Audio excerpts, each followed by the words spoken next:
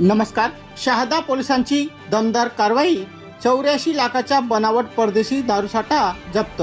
राजस्थानचा ट्रक चालक अटक।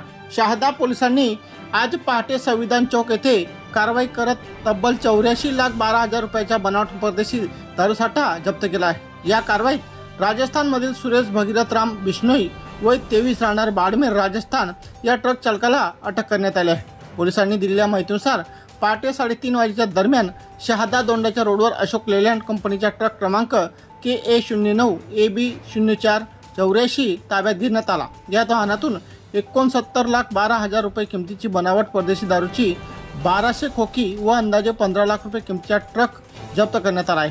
पोलिसांच्या मते हा साठा कुठून आणला व कुठे विक्रीसाठी नेण्यात येत होता याचा तपास सुरू आहे। तसेच आरोपीसोबत इतर साथीदारांचा सहभाग असल्याचा संशय व्यक्त करण्यात आला आहे। सदर गुन्हा भादवी कलम 123 सह महाराष्ट्र दारूबंदी कायदा कलम 65E 108 अंतर्गत नोंदवण्यात आला असून शहादा पोलिसांनी अटक आरोपीस न्यायालयात हजर करून 7 दिवसाची पोलीस कोठडी मागितली।